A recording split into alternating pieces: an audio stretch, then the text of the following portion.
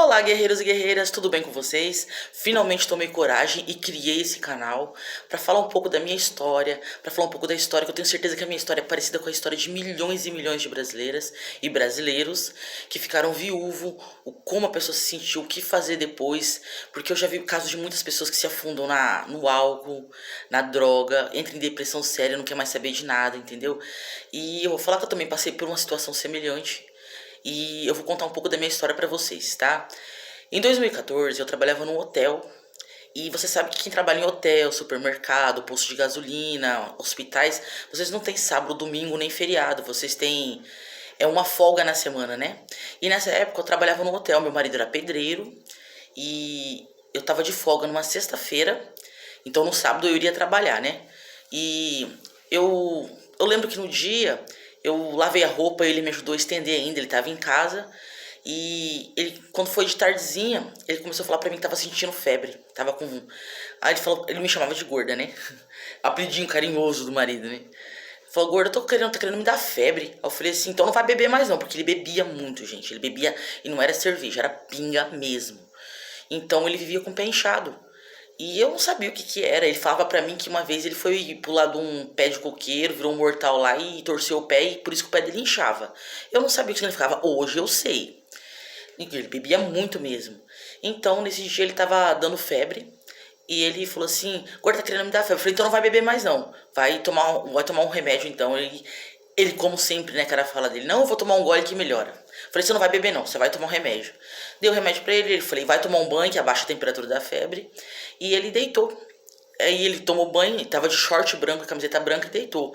Como eu tinha lavado muita roupa nesse dia, eu tava dobrando a roupa e eu só sei que eu fui dormir muito tarde, era quase meia-noite, e ele dormiu.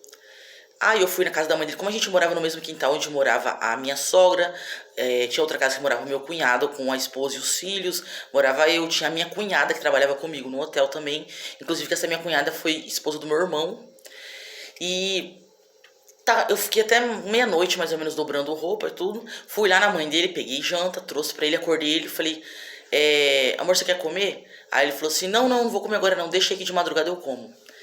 E eu peguei e falei, eu acordei ele duas vezes ainda pra comer. Ele falou, não, deixa aí que de madrugada eu como.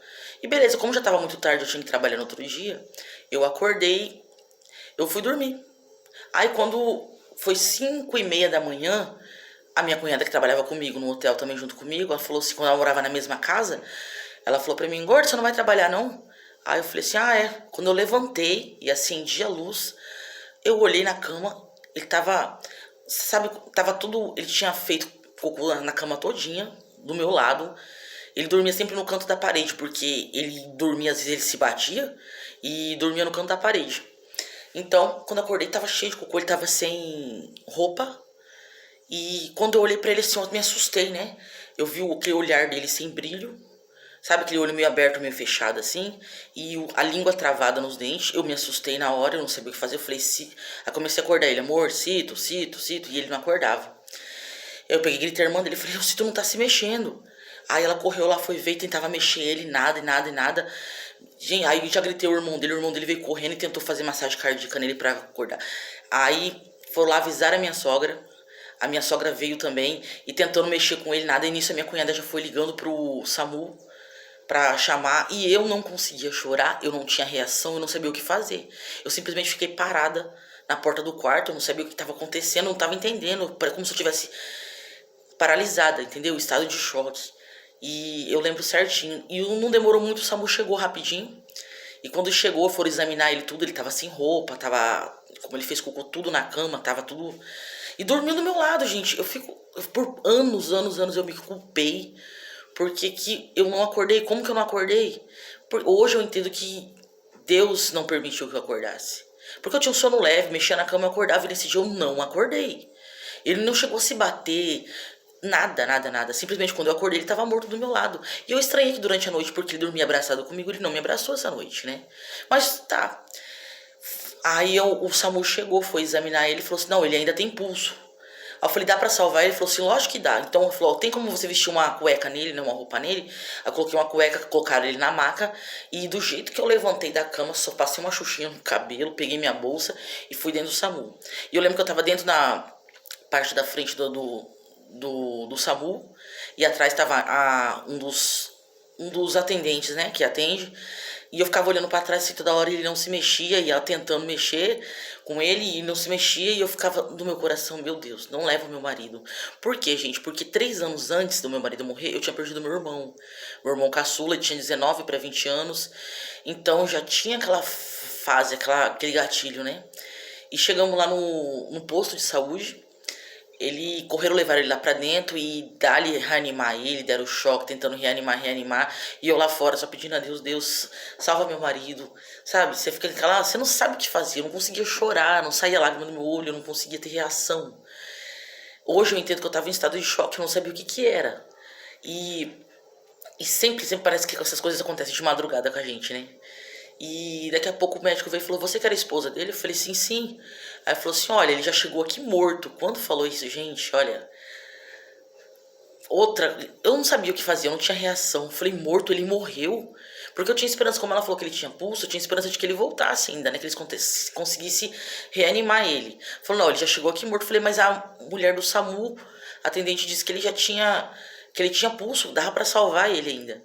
Aí ela falou assim, não, ele chegou aqui morto já. A gente tentou, fez tudo que podia.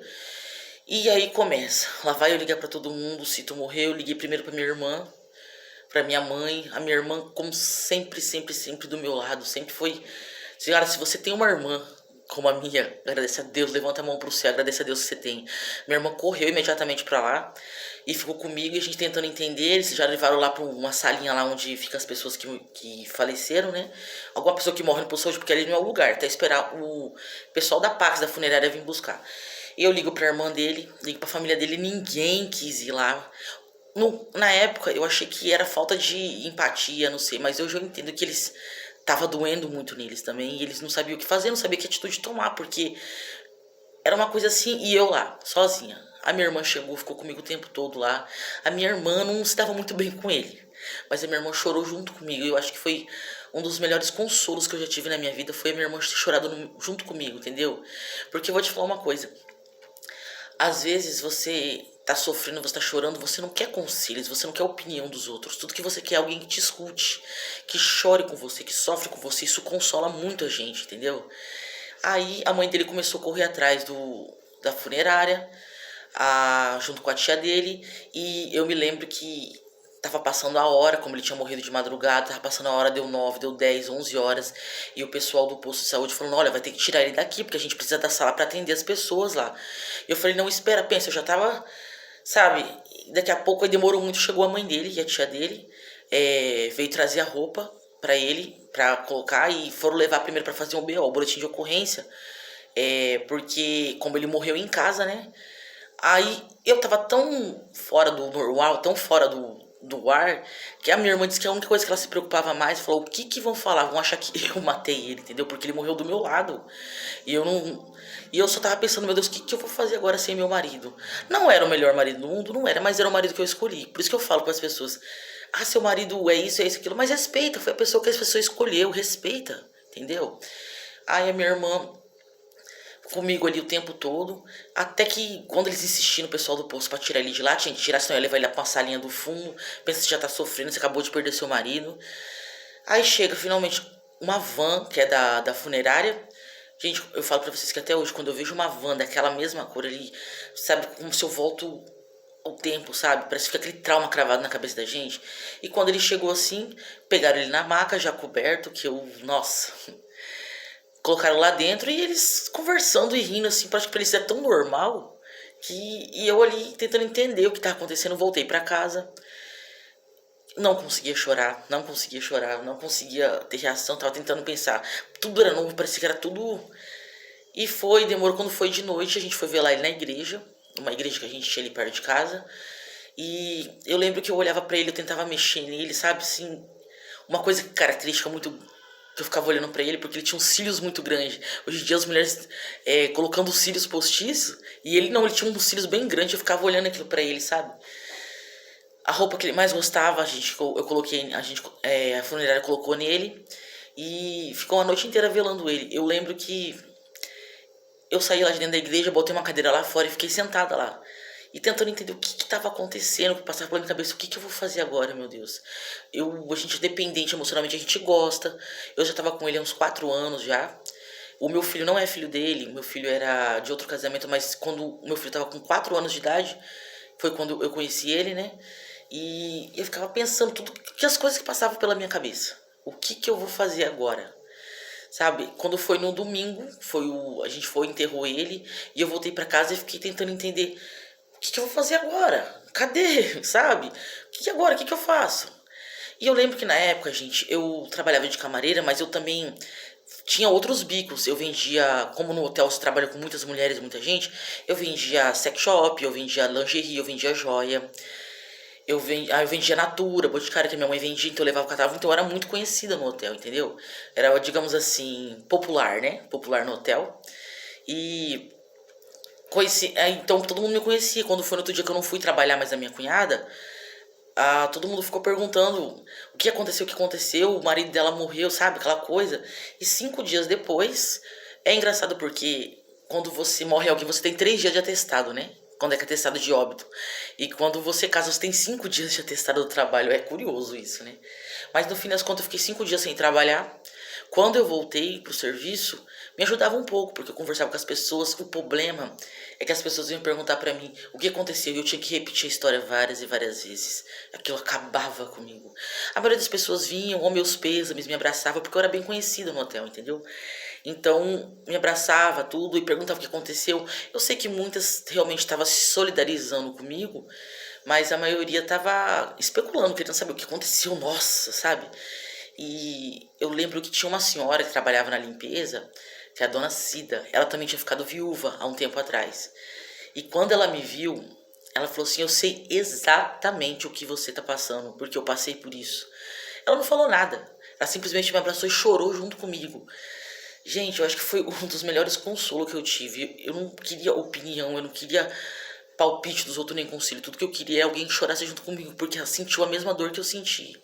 Então, gente, eu vou fazer um vídeo contando exatamente os detalhes do que aconteceu, mas contando exatamente detalhes do que aconteceu, mas esse vídeo aqui é só para dar uma introdução do como que ele morreu dormindo do meu lado, como isso gerou um trauma. Exatamente um mês depois que ele morreu, a minha vida desabou. Sabe aquela vontade? Eu ia trabalhar, eu não tinha vontade de sair de casa. Eu queria ficar dentro de um quarto escuro, eu não sabia o que era isso. Todo mundo dormindo, eu dormia até as 2 da manhã. Dava 2 da manhã, eu não dormia mais. Eu perdi o sono, todo mundo dormindo e eu acordado. Eu fumava, eu tripliquei os cigarros que eu fumava. Era cigarro e café, cigarro e café. Aquilo tava me deixando mal, tava me deixando ruim, porque nos vídeos da doutora Rosana Alves, quem já assistiu, sobre neurociência, ela fala que quem não dorme tem vontade de morrer. E eu não tava conseguindo dormir. Eu dava 2 horas da manhã, eu não dormia mais, eu ficava acordado, no outro dia eu ficava um caco. Eu só tinha vontade de chorar, não tinha vontade de nada, nada, nada. Eu vou fazer um vídeo, segunda parte, pro vídeo não ficar muito longo, vou contar detalhes pra vocês. E, gente, se inscreve no meu canal, dá um like, tá? Que eu vou contar minha história. E eu vou trazer a história de outras pessoas também. Tanto mulheres que ficaram viúvas, tanto homens que ficaram viúvas, como que você passa a criar seu filho, como eu tive os meus problemas emocionais, físicos e problemas financeiros que eu tive depois disso, porque depois disso nada mais na minha vida deu certo. Eu não tinha vontade de me arrumar mais, eu não tinha vontade de nada. De nada, eu saí do serviço, começou os problemas financeiros. E eu vou te falar também que palavras, pessoas que falavam coisas que, em vez de ajudar, matavam a gente mais ainda. Então, eu vou fazer um vídeo, se inscreve aí que eu vou fazer o vídeo, a primeira parte lá, contando pra vocês tudo o que aconteceu. E o que me ajudou a sair, um resumo completo, o que me ajudou a sair dessa fossa que eu tava, foi a fé. Foi me apegar muito com Deus e estudar bastante a Bíblia, o que acontece depois da morte. Como que eu vivi depois, sabe, para onde vai, como que a gente tem que se importar, filhos, como é que a gente faz, depois disso eu não trabalhei mais em hotel, eu trabalhei um tempo em hotel ainda, depois eu fui trabalhar de faxineira, e até hoje trabalho de faxineira. Eu vou contar pra vocês vários assuntos, então a gente se inscreve aí que vai ter bastante assunto legal, bastante história. É minha história que eu sei que é parecida com a história de milhões e milhões de brasileiras e brasileiros, guerreiros e guerreiras, porque a gente tá vivo nessa terra todos os dias, guerrear todos os dias, então somos chamados de guerreiros e guerreiras. Tá bom, gente? Se inscreve aí, dá seu joinha, tá bom? E até o próximo vídeo, beijo pra vocês. Fica com Deus.